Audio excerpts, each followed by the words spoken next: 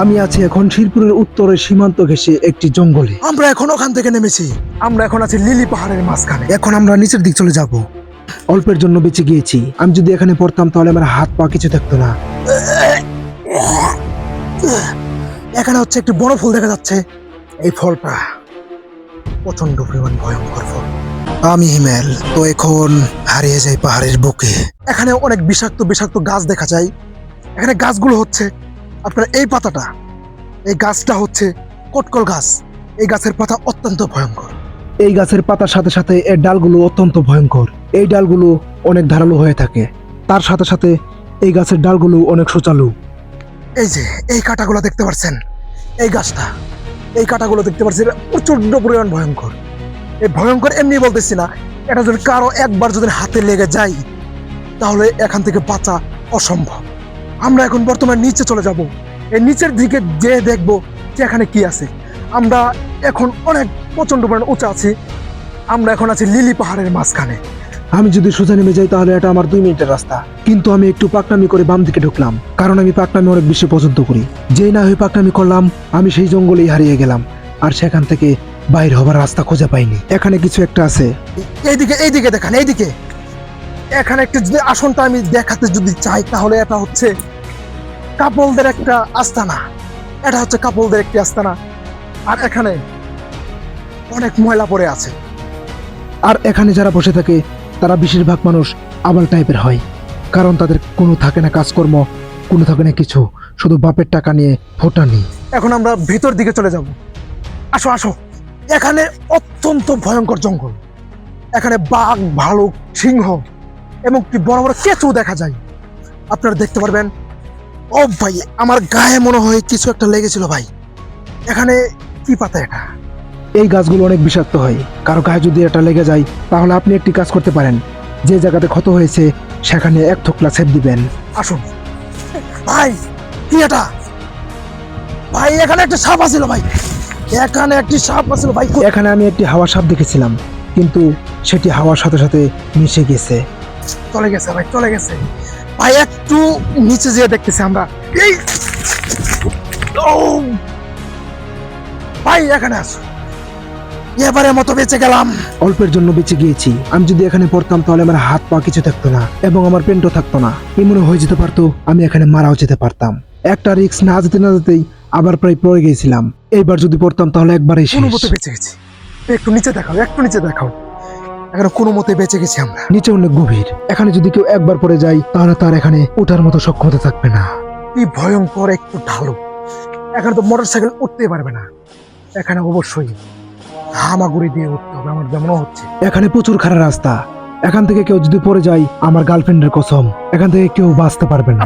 এখান থেকে যদি একবার পিছল খেয়ে আপনি পড়ে যান, আপনি সোজা হয়ে দাঁড়াতে পারবেন না। আপনার কোমর, হাত পা সবকিছু ভেঙে যাবে। আপনার মৃত্যু হতে পারে। আর যদি আমি রাস্তাটি দেখাই তাহলে এটা একদম শেওলা পড়ে পড়ে গেছে। আর আমার দাদাই গপ্প করতো এখানে মনে অনেক ভাল্লুক, বাঘ, শিয়াল, সিংহ এবং কি বড়ারও দেখা যায়। আর আপনারা পুরা দমে সাবধানে থাকবেন। এই গাছের কিছু কিছু গাছ, এই যে ভাই একটু দেখাই, এটি হচ্ছে আমাদের গ্রামের অত্যন্ত জনপ্রিয় একটি সুস্বাদু ফল। এটি হয়তো কাঁচা থাকতে ওইরকম স্বাদ লাগে না, কিন্তু একটু খেয়ে দেখি। একটা অত্যন্ত ভয়ঙ্কর টেস্ট। এটার নাম হচ্ছে উসুগুড়া। আর এদিকে আসো। এখানে হচ্ছে একটি বড় ফুল দেখা যাচ্ছে। এখানে একটু ঘটনা আছে।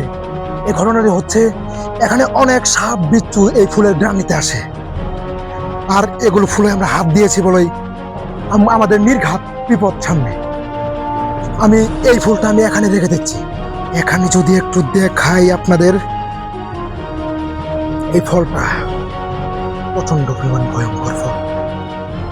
ফলটি আমরা হাতে, আমার হাতে একটু কষ ভরে গিয়েছে। মনে হয় আমার জ্বালা যন্ত্রণা শুরু হয়ে যাবে কিছুক্ষণের ভিতরে। আমার প্রচন্ড পরিমাণ মাথা ঘুরতেছে। আপনার তো মনে হতে পারে যে একটি গাছ বলিয়েছিলাম, কিসের জন্য আমার প্রচন্ড পরিমাণ মাথা ঘুরতেছে।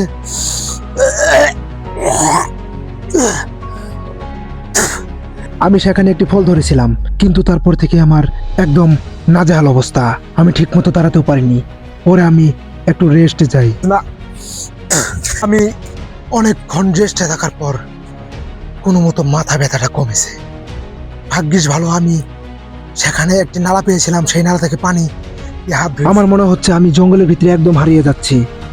আর এখানে অনেক বড় বড় গাছ দেখা যাচ্ছে। জঙ্গলের ভিতরেই আসলে অসুন্দর বলতে কোনো কিচ্ছু হয় না। গাছটি আসলে অনেক বড়। এই গাছ দিয়ে খাট হবে 5টা। আমরা প্রচন্ড পরিমাণ উঁচু থেকে 1000 ফিট উঁচু থেকে আমরা নিচে নেমে এসেছি। এখানে সামনে দেখা যাচ্ছে একটা জেব্রা। ক্যামেরাম্যান জলদি। হাই জেব্রা, এটা অনেক ভয়ঙ্কর। সাদা কালো রেক ফেলানো এটা, আর এটাকে দেখতে সুন্দর মনে হলো, এটা কিন্তু অত্যন্ত ভয়ঙ্কর। আমাদের এলাকায় এই জেব্রার লাঠিতে কয়েকশো মানুষ আহত হয়েছে, এর গুথোই কয়েকশো মানুষ নিহত হয়েছে। আসলে আমি এর ভূগোলে যাইতে চেয়েছিলাম, কিন্তু আমি ভূগোলে যাব না, কারণ এর লাথি খাওয়ার আমার কোনো ইচ্ছা নেই। আমরা নিচের দিক চলে যাব। আর আমরা মনে হয় আমাদের গন্তব্য স্থানে পৌঁছে গেছি। তার একটি কারণ হচ্ছে এখানে অনেক পর্যটকের থালা বাসন দেখা যাচ্ছে। আমরা যেখানে এসেছি এখানে অনেক ময়লা আবর্জনা পড়ে আছে, তাও মানুষ ব্যবহার করেছে। তার মানে এখানে অবশ্যই মানুষ রয়েছে। আর আমরা দেখতে পারতেছি সামনে একটি নালা। এই নালায় আমাদের চলবে না। এখানে প্রচন্ড পরিমাণ পানি। এই পানিটি আসলে খাওয়ার জন্য উপযুক্ত পানি নয়। আর এই পানি আমরা খাইতেও পারবো না, কারণ হচ্ছে এই নালাটি আসছে ডাইরেক্ট একদম ইন্ডিয়া থেকে। এখানে অনেক ভয়ঙ্কর ভয়ঙ্কর সাপ বিচ্ছু প্রাণীরা হাঁটাচলা করে, এবং কি এই পানির ভিতরে শিয়ালের গু, বাঘের গু এবং টিকটিকের গু মিশে আছে। এই পানি আমি খেয়ে কিংবা ব্যবহার করে আমি শরীরে আমার অসুস্থ করতে পারবো না। আরো আমাদের 8 ঘন্টা পার হয়ে গেছে, কিন্তু এখন আমরা পানি খুঁজে পাইনি। আর এখানে আমরা জঙ্গল না ছাড়া আর কোনো কিছু দেখতেই পারতেছি না। মনে হয় এর নিচে একটা জলাশয় দেখা যাচ্ছে। আমি জঙ্গলে হারিয়ে গিয়েছিলাম, অনেক খোঁজাখুঁজির পর আমরা রাস্তাটি পেয়েছি। আর আমি নিচে একটি জলাশয় দেখতে পারতেছি। আমার মনে হয় সামনে ভালো কিছু অপেক্ষা করতেছে। ভাই অনেক নিচে নেমে গেছে। এখান থেকে যদি আপনাদের দেখাই তাহলে আপনার মাথা দেখতে পারবেন না। এখানে যদি দেখাই কোনো মাথা দেখতে পারবেন না আপনারা। দেখাই আমি, কোনো কিছু দেখা যাইতেছে না। আমরা কত উপর থেকে আসছি, কমপক্ষে এখানে 1000 মিটার নিচে আমরা এখন। অবশেষে আমি গন্তব্য স্থানে পৌঁছে গেছি। এখানে দেখা যাচ্ছে একটি নালা। এই নালা থেকে আমি একটু পানি খাবো, কারণ আমি এখন অনেক ক্লান্ত। আমি জানি না যে এই পানি আমি খেতে পারবো কি না। দেখে অনেক ঘোলাটে মনে হচ্ছে। আমি যদি খেতে চাই তাহলে অবশ্যই আমার পাতলা পায়খানা হতে পারে। তাও আমি একটু পানি ট্রাই করতে চাই। আমি এই পানির ভিতরে কিছু একটা গন্ধ পাচ্ছি। এই পানিগুলো আসলে খাওয়ার যোগ্য না। সর্বোচ্চ গেলে এই পানি দিয়ে আপনি মুখ ধুতে পারবেন, বাট খেতে পারবেন না। আর কোনো মতো আপনি যদি এখানে আটকা পড়ে যান একবার, আপনি এই পানি না খেয়ে আপনার কোনো উপায় নেই। আমি এই পানি খেতে চাই না। ভাই ধরো একটু ভাই। ফাইনালি ভাই, এখন আমরা বাড়ির উদ্দেশ্যে রওনা দিতে পারি, কারণ আমি হারিয়ে যাওয়ার রাস্তাও পেয়ে গেছি এবং কি পানিও পেয়ে গেছি। এখন শুধুমাত্র বাড়ি যাওয়ার পালা।